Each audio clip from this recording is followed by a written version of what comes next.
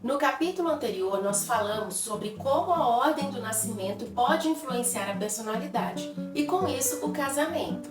Hoje nós vamos entrar no quarto capítulo, como o ambiente em que crescemos e as pessoas ao nosso redor moldaram quem nós somos hoje. E o mais importante, como isso afeta os nossos relacionamentos.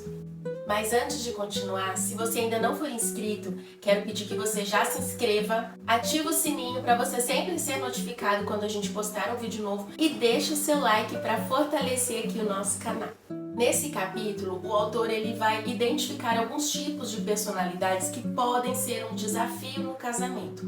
Vamos falar sobre eles. O primeiro deles é o carente de atenção. É isso mesmo. Segundo o autor, esse tipo de pessoa está por toda parte. Pode ser o seu cônjuge ou até você mesmo. E normalmente o carente de atenção ou vai ser o filho mais velho ou o caçula. O primogênito, quando vai ser o carente de atenção, ele vai fazer isso de uma forma positiva, enquanto que o caçula pode buscar essa atenção de forma negativa. Mas lembre-se que nada disso que a gente está falando é uma regra, tá? Tem que ser assim, um negócio engessado e tal. É claro que estamos falando aqui de pessoas, então são várias coisas que afetam, circunstâncias. Então, por exemplo, se houve uma morte na família, um filho pequeno faleceu e tal, então já muda toda a estrutura. Ah, são 5 filhos, teve um intervalo de 5 anos entre um e outro, então também já muda tudo isso. Então aqui sempre a gente vai estar falando de uma forma geral. Por exemplo, tem criança, tem família que tem 3, 4 filhos com intervalo de 2, 3 anos entre cada um.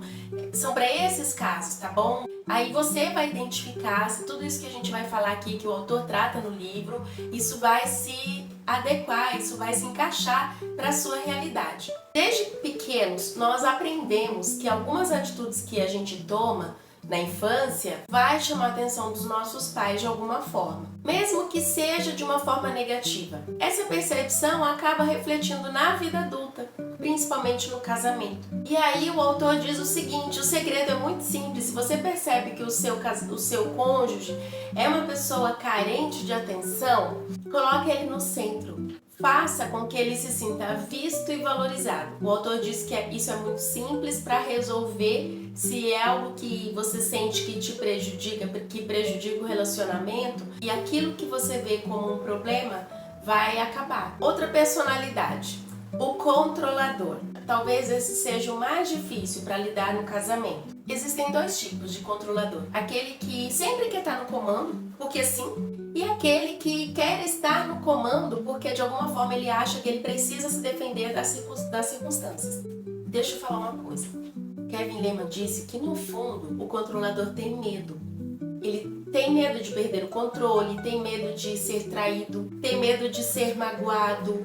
E essa atitude de querer estar no controle pode muitas vezes afastar as pessoas que mais o amam. E alguns controladores usam até mesmo a timidez.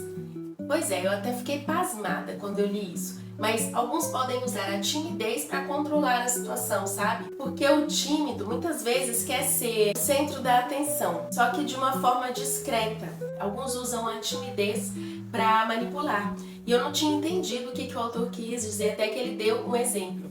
Ele contou que ele atendeu uma menininha no consultório dele, e essa menininha falava muito baixinho, ela era tímida. E aí ele falou que quando ele percebeu, ele estava inclinado, bem perto dela, assim, bem inclinado para ouvir o que ela tinha a dizer. Quando ele percebeu, ele falou: ela está me controlando, eu não consigo avançar, né? Ele falou: eu não estava conseguindo avançar no atendimento porque ela falava bem baixinho. E assim, se é proposital ou não, ele não mencionou, mas de uma certa forma ela estava usando a sua timidez para controlar a situação.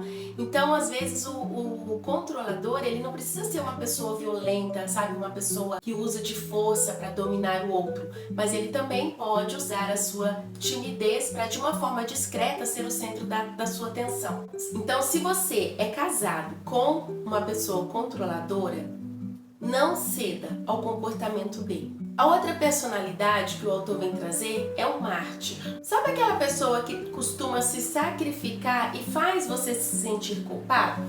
É dessa pessoa que eu tô falando. O mártir tem dificuldade de receber. Ele costuma dar mais do que recebe, sabe?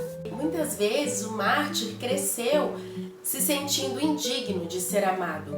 É triste, né? E sem perceber, essa pessoa escolhe parceiros que vão reforçar essa ideia.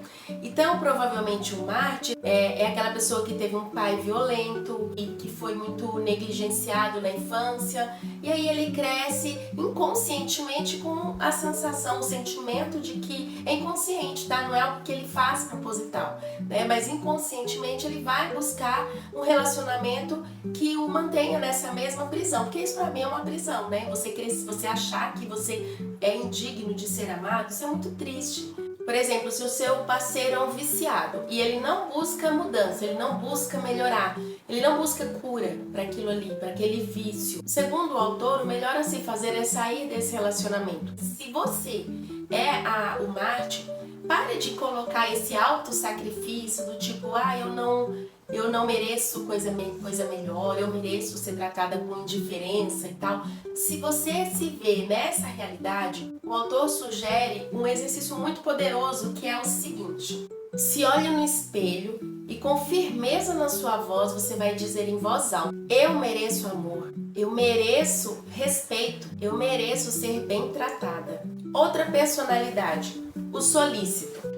O solícito parece com o mártir, mas a diferença é que ele quer agradar a todos o tempo todo. Só que para tudo tem limite, até para o solícito. Então vai chegar um dia que ele vai se cansar de sempre colocar os outros em primeiro lugar. E aí ele vai chegar um momento que ele vai dizer: e eu? Como é que eu fico nessa história? Aí é quando a gente vê aqueles casos de uma esposa, por exemplo, que abandonou o marido e chutou o pau da barraca, sabe? Todo mundo falou: nossa, como a fulana mudou, como ela tá diferente, que absurdo, como que ela teve coragem de fazer aquilo. Segundo o autor, é porque transbordou, ela cansou, entendeu? Então isso pode ser muito perigoso. Se o seu cônjuge é um solícito, sempre incentive-o a se posicionar, a expressar o que ele sente, principalmente em defesa de si mesmo. Tem que saber dizer não com mais frequência. Eu contou um caso que aconteceu com a esposa dele. Ele falou que a esposa tem esse perfil de ser uma pessoa solícita. E aí eles foram num restaurante. E ele falou que era um restaurante bem caro, que eles não costumam ir. E o prato dela foi servido, era um salmão. E ela não gosta de peixe cru. E aí foi servido um salmão e estava muito mal passado. E ela não reclamou pro garçom. Ela comentou: nossa, não tá mal passado. Mas ela não quis reclamar, então ela começou a comer, ela ia deixar pra lá. Só que ele viu aquilo e ele falou: não é justo. Então ele agiu conforme a sugestão. Ele chamou o garçom em defesa da sua esposa e já que ela não conseguiu, né, reclamar, ele chamou o garçom e falou: olha, o peixe dela tá cru, ela não gosta de carne crua, por favor, peça pro chefe trocar e fazer um outro mais bem passado. E aí não teve problema nenhum, o garçom levou, fez, né, o chefe refez o prato e tal. Então, quando você percebe que o seu cônjuge é um solícito, incentive-o a saber se defender e a dizer não. Outra personalidade é o caçador de recompensa. É aquele que, se não recebe elogios, fica magoado, sabe? Fica magoado, fica frustrado. Esse tipo de pessoa, segundo o autor, age para ter aprovação e reconhecimento. Só que dentro do casamento isso pode ser desgastante para os dois, porque ele acaba competindo com o parceiro o tempo todo para ter a aprovação do outro, sabe? E se você que está assistindo, você se vê como um caçador de recompensas, não faça para ter aprovação, faça por amor. Isso é um exercício que só você pode fazer. A outra personalidade que o autor traz é o artista omisso. Geralmente também é o primogênito ou o caçula. Por que esses dois?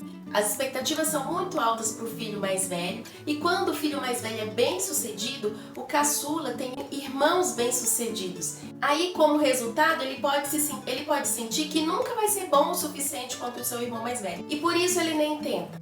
E esse tipo de pessoa precisa ser incentivada a assumir as responsabilidades. E se você percebe que o seu cônjuge tem essa característica, pare de fazer tudo por ele, deixe que ele tome mais iniciativas. E por último, na minha opinião, é o pior de todos, e é o mais difícil do que o controlador, é o vingativo. Essa é a última personalidade que ele coloca aqui. O vingativo é aquele que acredita que a vida foi muito injusta com ele, e ele precisa se vingar sempre.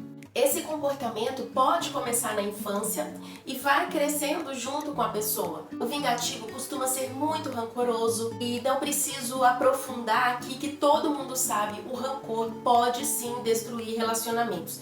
O autor conta que ele teve pouquíssimos casos de um vingativo que foi buscar ajuda. Os 2 únicos casos que ele recebeu até o momento em que ele escreveu esse livro, não foi o vingativo que foi buscar ajuda, foram os cônjuges. E nenhum desses 2 casos conseguiu ter uma recuperação.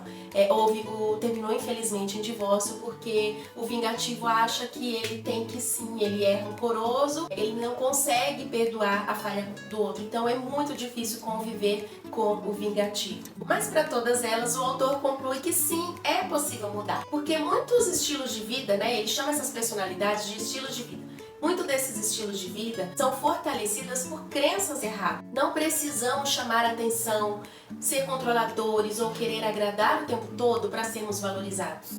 O passado sim pode nos influenciar, mas de forma alguma o passado pode nos definir. Se a pessoa quiser mudar, pode mudar. Vai exigir esforço? Vai. Mas o autor diz que é possível transformar comportamentos que são destrutíveis e construir relacionamentos saudáveis.